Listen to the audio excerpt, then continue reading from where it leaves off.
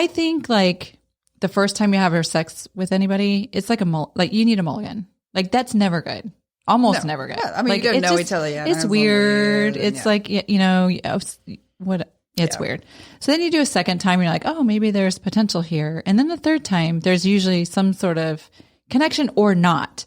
And then it's like, all right, this is just not working and I'm out because I need to be able to have good sex. I totally agree with that. So, but then at the point where I've had the third time and I'm like, oh, I kind of have some feelings now. Yeah. I know if I keep going down that road, like this is the point in which I guess I'm saying we can't just be friends and have sex. We need to at least be lovers. Be lovers.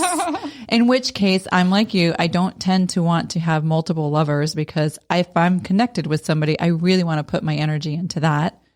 And then it's like just basically soup for heartache if he's not on the same page. Yeah. That's why I have to have a conversation.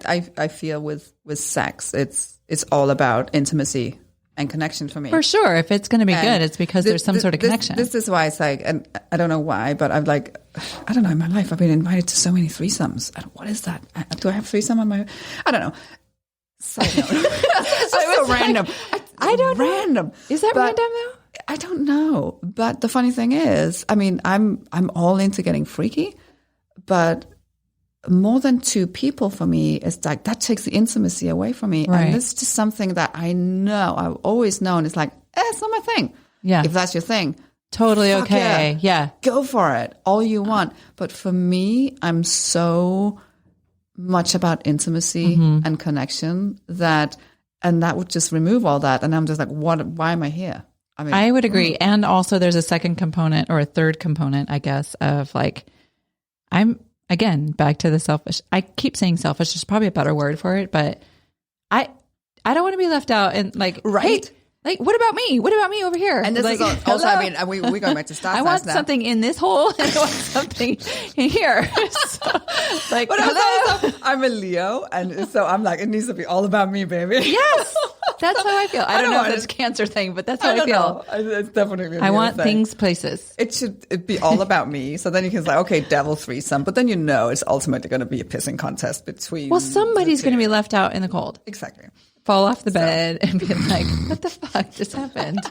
Glad you guys are having fun over there. I'll just go have a cup of coffee over here. Right. Oh, and yeah. It doesn't work for me. And I feel, I don't know. I kind of feel I should probably be the person who was into threesomes and that kind of thing. It doesn't work for me. And again, that's setting boundaries. Why should you be? Because you're a yoga. I'm a yoga teacher, and I'm kind of like I'm adventurous. And do yoga people have better orgasms? Just a side note here. I mean, I don't have anything to compare to. Right. Somebody told me because I can't remember what she said. Of course, she was the most uptight fucking asshole I've ever met in my life, but she was proud of the fact that she had the best orgasms because of her yoga.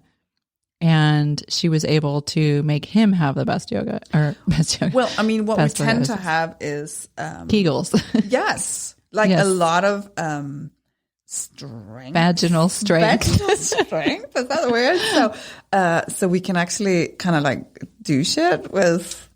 That's why. This is why people should do yoga. Right. I mean, if no other reason, like all the other 40 reasons why yoga is great for you, it should be that you can get. I just had an idea. Somehow this could circle back to how I can. I don't know if that can.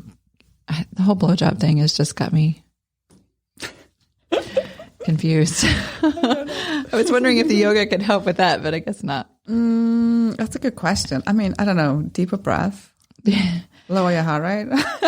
I will say that somebody, actually the previous guest, she was talking I was listening to one of her videos and she was like really emphasizing when you're in that intimate moment and you really focus on what's happening in your body and your breath and breathing. Because people tend to, like when they're getting ready to have an orgasm, for example, they breathe really shallow, really shallow and fast. And she's like, if you can slow that down and breathe really, really deep and even deep into that place, it's so much better. And so I'm trying. I try I try to catch myself doing that as well. And I've started actually, doing that, kind of like incorporating the deeper kind of yoga. Maybe you should do a class about this. Oh, maybe I This seems to help us. Wait, where are you teaching? I teach in Petaluma, I teach at Food Dog Yoga. And in Santa Rosa, I teach at Well Sonoma, formerly Yoga One. But then I'm online, so I'm also your online presence is freaking amazing. I teach all over the world, so I've just kind of created my thing with. When you say that, you mean online or you travel? Both, yeah. I mean, I've taught on 3 continents, and obviously got the online presence. I have a filming contract with a European online yoga platform. So like the kind that you subscribe to and you get okay. Yes. So I go and film a few times a year.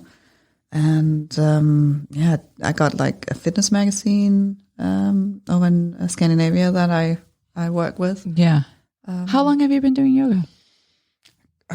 It's got to come up to 17 years. What was that journey? How did you get there? So I got there. I mean, I hate when people have some kind of holy story about why they found yoga, because I think most of us get there. It's like, if you're a guy, you want to pick up chicks.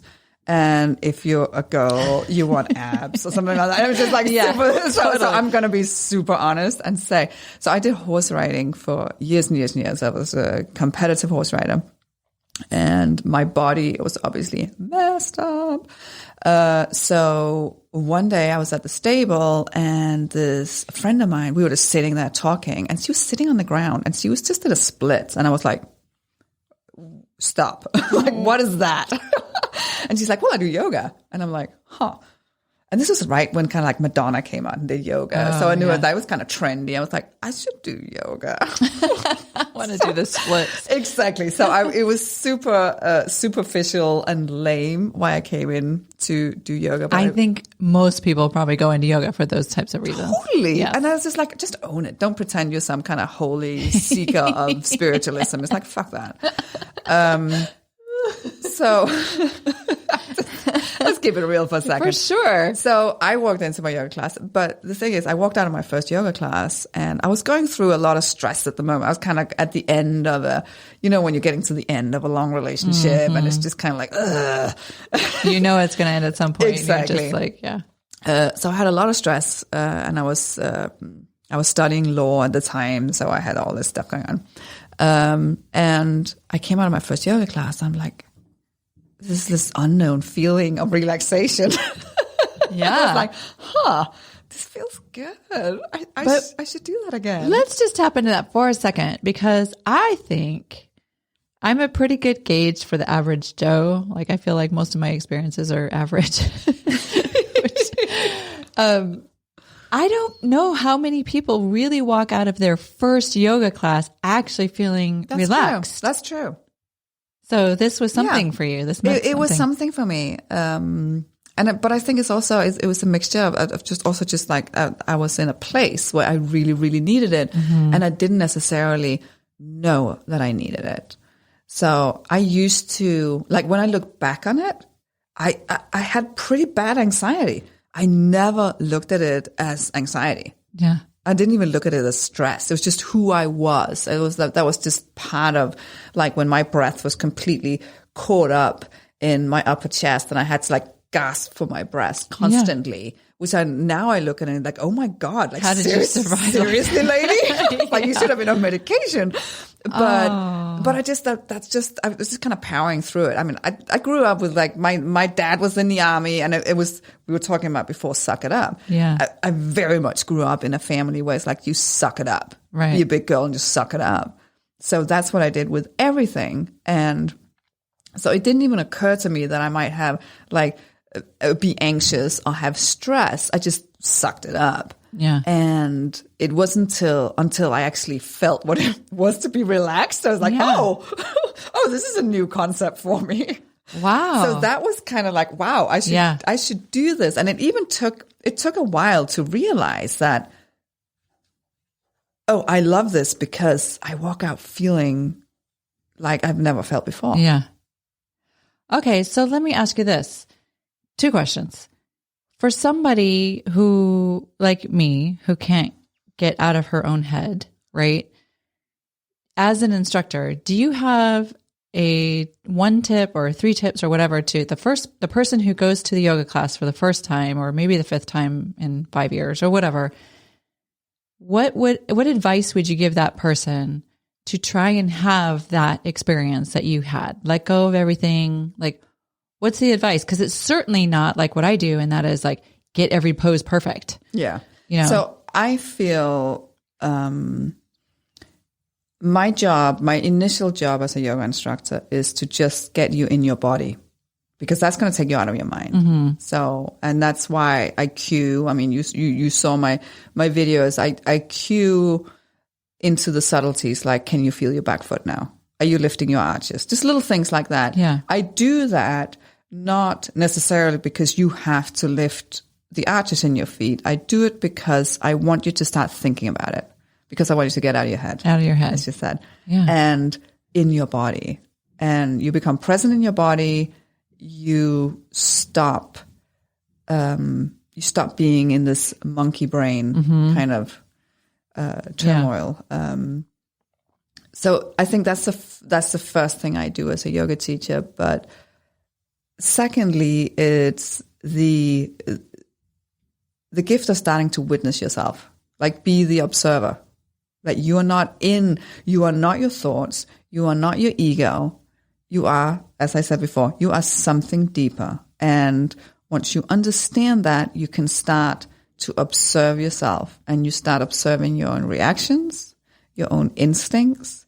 And once you realize that, and once you start observing that and realize, oh, this is not actually me, it's just I have these instincts, I have these reactions, that's when you can actually change them. You can stop. Yeah. Which is such an empowering concept. I mean, what an amazing way if every first timer could have that experience to continue to go back, because I didn't have that experience. And then the second part of that question was, and maybe this is a California thing, I'm not sure. Generally speaking, here where we live, I don't know if that's even right, generally speaking. I'm just going to use me as the exception, or as the example. When I think about the amount of money that it costs to go to a regular yoga class, right? And so I'm a single mother. I do have a business that, I'm still trying to grow. I don't have a huge income. I have exceptionally, maybe I have a fuck ton of debt because my ex-husband has helped me. Yay! Yay! Together, I walked away with the debt. So I'm very careful about what expenditures I add to my budget. I get the value of it. I think that, quite honestly, yoga and many other versions of self-care are worth probably double what most people pay for them. But in my budget, I'm thinking, oh, I want to go to a yoga class and I want to do it regularly so I can get the benefit, both mind and body. It's hard to afford. I think a lot of people probably feel that way. How do you change that mindset? Because it's not that I don't want you to change the amount of money that I have to pay you, because you're worth every penny and probably double. Oh, I know. what it costs for me to go learn from you. I think so. I just feel like a lot of people drop off. Yeah. Because they're like, oh, I think in America, I'm going to say us Americans, because I recently became a citizen. So I'm actually congratulations. I'm a dual citizen now, but it also means I have to take all the responsibility of Americans now. I kind of say, do you get to vote? I do. I just did my first vote. Oh my God, that's a huge deal. You've already sent it in? Huge deal. I did send it in. Oh, congratulations. I was so excited. That's worth more wine. Pour more wine. Totally. Pour that shit. So I think